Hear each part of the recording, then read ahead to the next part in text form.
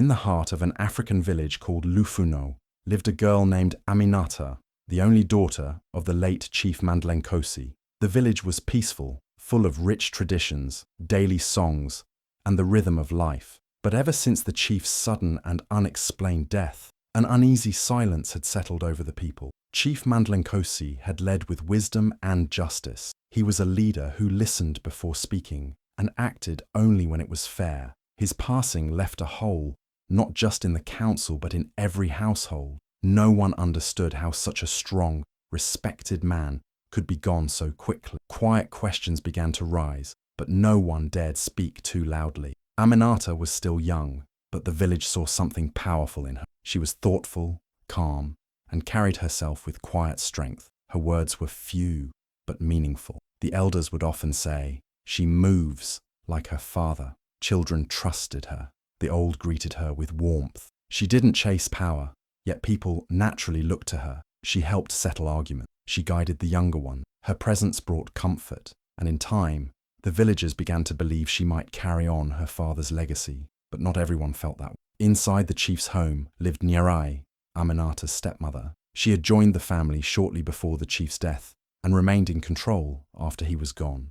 Though she wore the title of caretaker, her actions were quietly calculated. She noticed how the village listened to Aminata more each day, and that respect unsettled her. To Nyarai, Aminata was not just a reminder of the past, she was a growing threat. And while the village admired the girl for her truth, Nyarai was already preparing a lie that could bury Aminata alive, literally. Not long before Chief Mandlenkosi's sudden death, a woman named Nyarai came into his life. She was a widow from another region, quiet but sharp, and many in the village were surprised when the chief chose to marry her so quickly. Some said it was for companionship, others believed she had charmed her way into his home. No one questioned it openly. After all, the chief had made his choice. But soon after their marriage, everything started changing. When Chief Mandlenkosi died without warning, people were heartbroken and confused. There had been no illness, no signs. He simply passed, and Nyarai was left in control of the household. She wore the mask of a grieving widow, but her actions spoke louder. Within days, she began making decisions in the house as if she had always been in charge. She started attending council meetings, something no chief's wife had done before. She said it was to honor her husband's legacy and protect young Aminata. But in truth, she had other plans. At first, she acted kind towards Aminata, offering gentle words and pretending to care. But behind closed doors, Nyarai was slowly tightening her grip on the household. She moved trusted servants away from Aminata. She took over the chief's journals, his tokens, even his seat in the inner family meetings. People started to notice, but Nyarai always had an excuse. "It's for the good of the house," she would say with a calm face. Yet, Aminata could feel the shift. She could sense that this woman who called herself protector was anything but. As Aminata grew older, the village began to look to her for guidance. The more the people admired her, the more Nyarai's eyes followed her with silent anger. Aminata reminded everyone of the chief, his fairness, his wisdom, his presence. Nyarai saw it too, and with each passing day, she feared losing the control she had worked so hard to gain. In her eyes, Aminata wasn't just a girl, she was a growing danger, one who could one day challenge her power. Nyarai smiled in public, but her heart was filled with plans. Plans to make sure Aminata never rose to that position. What started as silent jealousy slowly turned into quiet cruelty. Nyarai began twisting stories, spreading whispers that Aminata was too proud, too stubborn, too young to lead. She pushed people to doubt her. She made sure Aminata's chores were doubled. She watched every move the girl made. The villagers started to sense tension in the chief's house, but no one dared speak out. After all, Nyarai was still the chief's widow. Her words still carried weight, but Aminata stayed calm. She didn't respond to the cruelty. She watched, listened, and waited. While Nyarai built a wall of control, Aminata built a shield of strength. She didn't know it yet, but Nyarai was preparing something far worse than rumors, something that would test Aminata's courage like never before. As Aminata stepped into her teenage years, something began to shift in the village. The way people looked at her started to change. She was no longer just the chief's daughter. She was becoming a voice of reason, a symbol of calm strength. The elders who had once sat beside her father began seeking her thoughts. The youth followed her everywhere, copying the way she spoke, the way she carried herself. Even strangers passing through Lufuno asked, "Who is that girl?" Her words were careful but powerful, her actions always fair. She wasn't trying to lead, but people naturally began to follow. This quiet rise did not go unnoticed. Nyarai watched it all with a growing fire inside her. Every time someone praised Aminata, she felt it like a scratch against her pride. She had spent months securing her place, making sure she was seen as the head of the household. Now, without even trying, Aminata was winning hearts, and worse, trust. That trust, Nyarai believed, was supposed to be hers. She smiled in public, nodding along when people complimented the girl. But deep down, her thoughts were twisting. Nyarai started working in the shadows. She spoke in whispers to those close to the family. "Aminata is sweet, yes," she would say softly, "but sometimes she's too proud, too opinionated for a girl her age." Then she'd add a fake sigh or a gentle laugh, pretending it was nothing serious. But those small comments began planting doubt. Some villagers started wondering, was Aminata too bold, too quick to speak? Nyarai didn't stop there. She quietly moved around the people who supported Aminata. Trusted workers were replaced. Loyal friends were distanced. People Aminata once leaned on suddenly became cold or silent. Inside the house, the warmth began to fade. Nyarai made sure Aminata felt alone, even among familiar walls.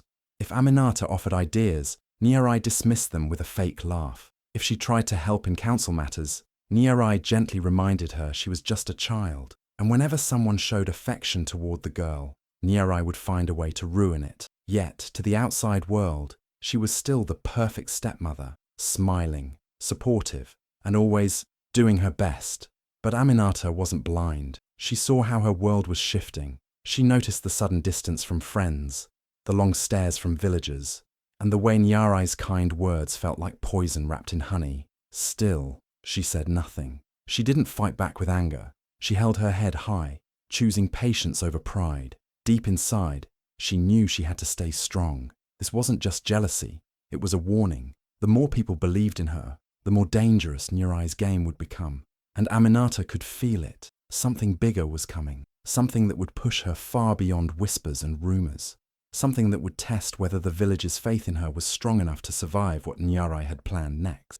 During a calm evening in Lufuno, the village council gathered beneath the large acacia tree, just as they had for generations. The talk was meant to be routine, about harvest schedules and youth programs. But then Nyarai spoke. With her hands folded and voice steady, she brought up an old tradition, something most had forgotten. "There was once a rite," she said slowly, "for girls destined to lead, a test of strength and courage, a night alone in the coffin of maturity." The words shocked the group. The coffin was an old wooden box once used long ago in ceremonies for harvest blessings. It hadn't been used in years, and even then, never for girls. Nyarai explained it with smooth confidence. She claimed it was sacred, meant to connect the young leader with the spirits of the land, to show that she was brave enough to guide the people.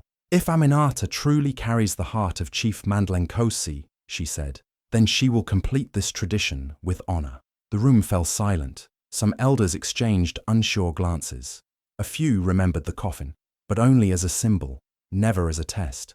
Still, others nodded slowly, unsure whether to question it. Tradition in Lufuno was like stone. Once spoken, it became hard to move. Aminata sat quietly, listening. Her heart raced, but she didn't show it. She had never heard of this tradition, and something about Nyarai's tone felt off. But she also knew the village watched her closely. If she refused, it would be seen as weakness. If she hesitated, people might start to believe the doubts Nyarai had planted. So she lifted her chin and said calmly, "If this is the path of a leader, I will walk it." The council nodded.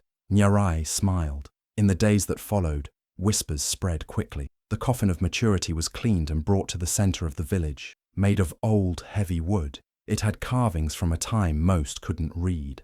Some villagers came to touch it. Others simply stared. No one said it aloud, but many were uneasy. Aminata kept her silence. She spent time alone, preparing her mind, holding on to the memory of her father's wisdom. She didn't fear the night. but she feared Nyarai's hidden intention. Nyarai played her part well. She walked beside Aminata, offering fake support and soft words. But behind her eyes, something cold was growing. This wasn't a rite of passage, it was a trap, a chance to break the girl's spirit, or worse. While the village saw a test of bravery, Nyarai saw an opportunity. The box wasn't meant to awaken strength, it was meant to bury it.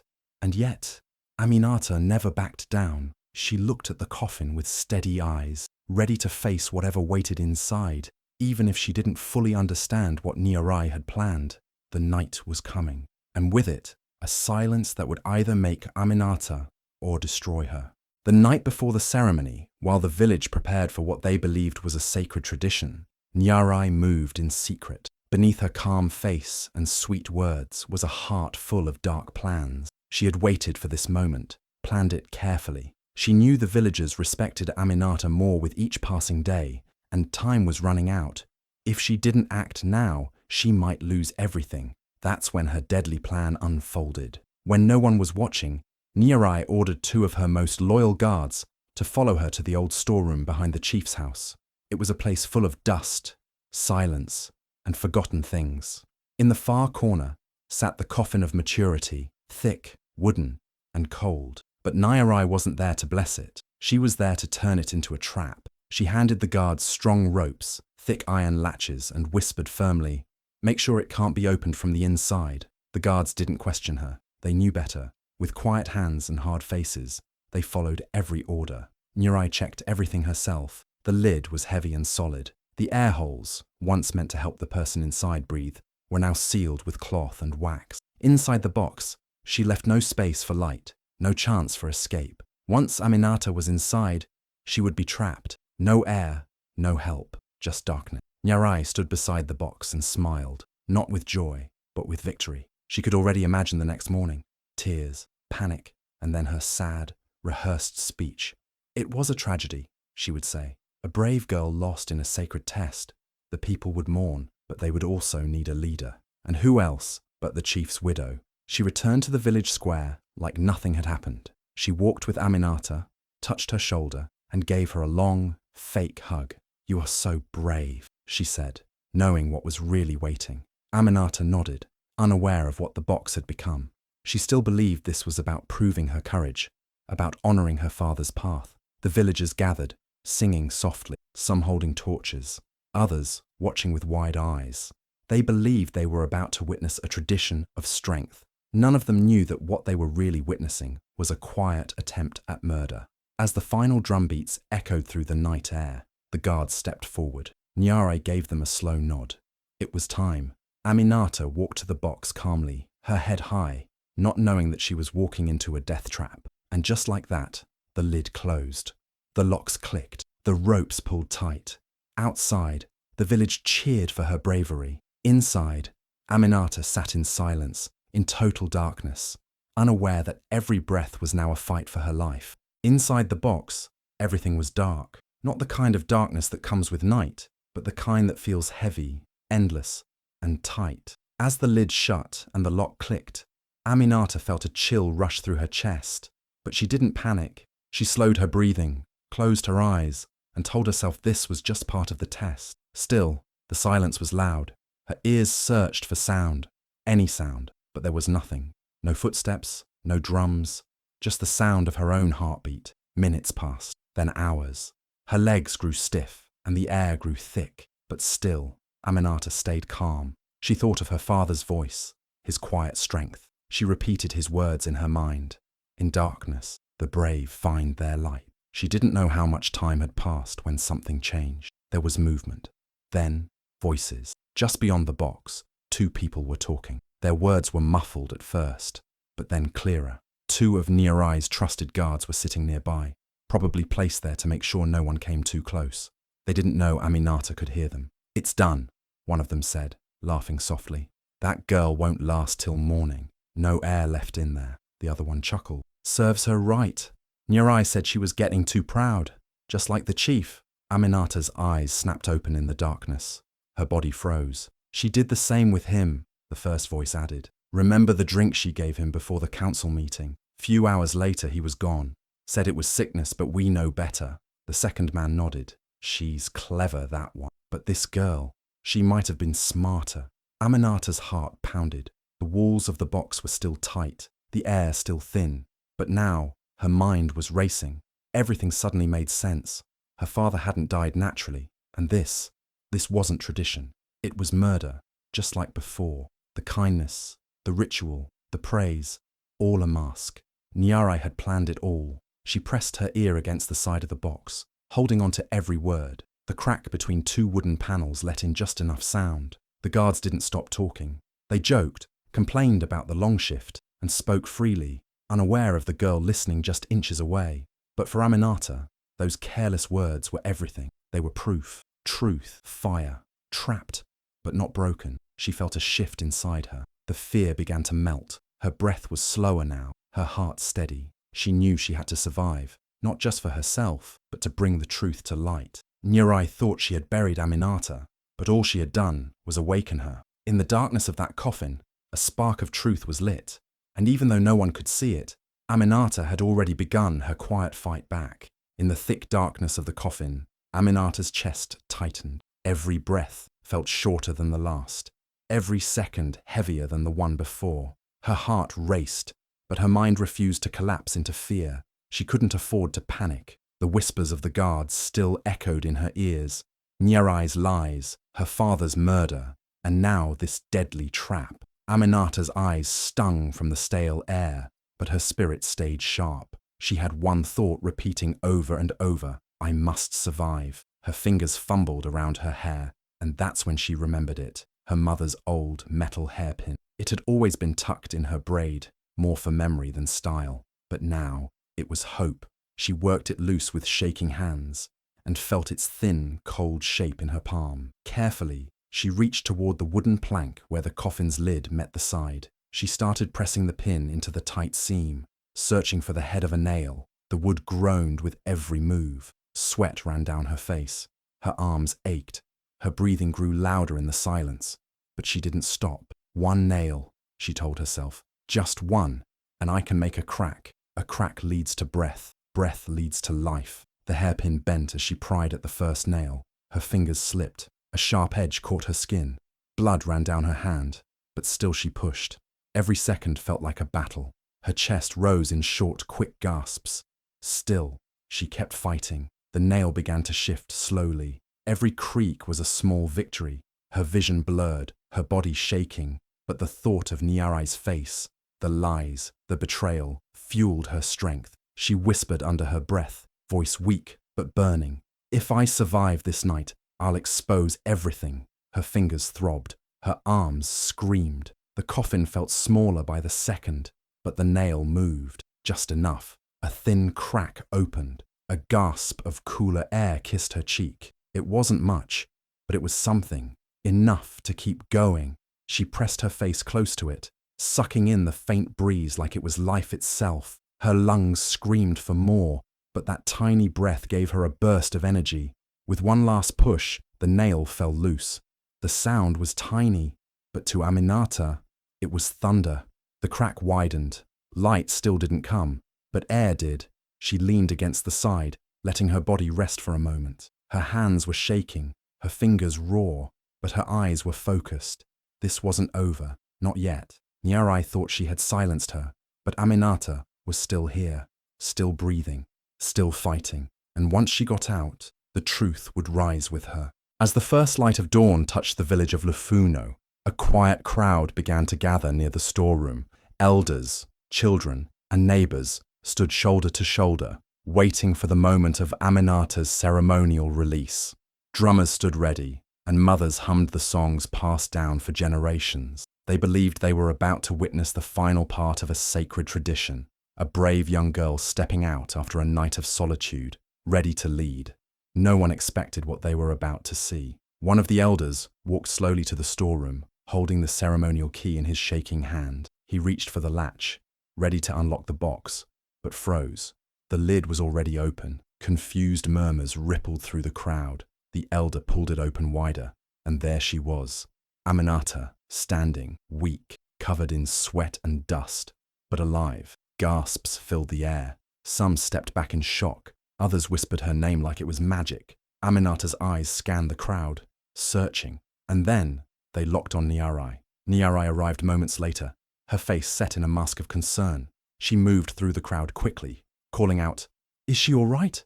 Someone help her."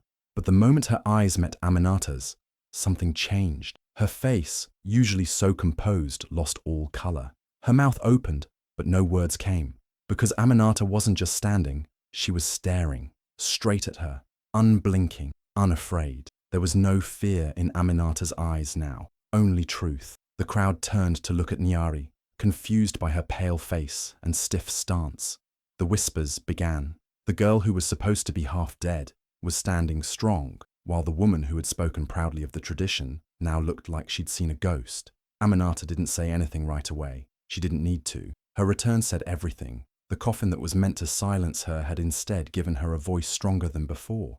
The village watched in silence, trying to understand what had really happened. But one thing was already clear. The girl who entered the box wasn't the same one who came out, and Niarai knew it. The air around the storeroom was still thick with shock when Aminata raised her hand gently, signaling for silence. Her voice, though soft, cut through the morning air like a blade. She looked around at the faces she had known her whole life, some filled with concern, others with confusion. And then slowly, she began to speak. Her words were steady, clear, and filled with truth. She told them everything. She described the hours she spent locked inside the coffin, how it had no air, how it was meant to kill her, not test her. The crowd listened, eyes wide, some mouths open in disbelief. Then she told them about the voices she heard while trapped, how Niarai's loyal guards sat near the box, laughing about the plan, and how, through a small crack in the wood, she heard them talk about her father, how he didn't die of illness, but was poisoned by the same woman who stood before them now. Gasps ran through the crowd like a wave. All eyes turned to the two guards who had stood silently near Niarai. One of them tried to step back, but it was too late. The elders called them forward. At first, the guards stuttered, claiming Aminata had misunderstood. But when the head elder stepped forward, his voice deep and heavy with authority, they cracked. The taller of the two looked at the ground and muttered, "It's true." The other followed, his voice shaking. "We just followed her orders. She said no one would get hurt. She said it was just tradition." The village fell into stunned silence. No one moved. Even the wind seemed to pause. Niarai stood frozen, her eyes wide, her lips trembling. The elders turned toward her, and their faces were no longer kind. Their eyes burned with anger and disbelief. This was no longer a misunderstanding. It was betrayal, against the village, against the chief, against a child. Aminata didn't look away. She stood tall, her face calm but firm. She had no revenge in her eyes, only truth. And that truth had finally been spoken. The village of Lufuno had never seen a morning so heavy with truth. After all was revealed, the elders stood before the people and declared a decision. Niarai would be stripped of her title and power. Her actions had brought shame, pain, and danger. She was banished from Lufuno, sent away without honor, never to return. Whispers followed her, not out of fear, but from the shock of betrayal. But Aminata, despite all she had suffered, asked the people not to act with hate. Her voice was calm, steady. She spoke of unity, truth, and peace.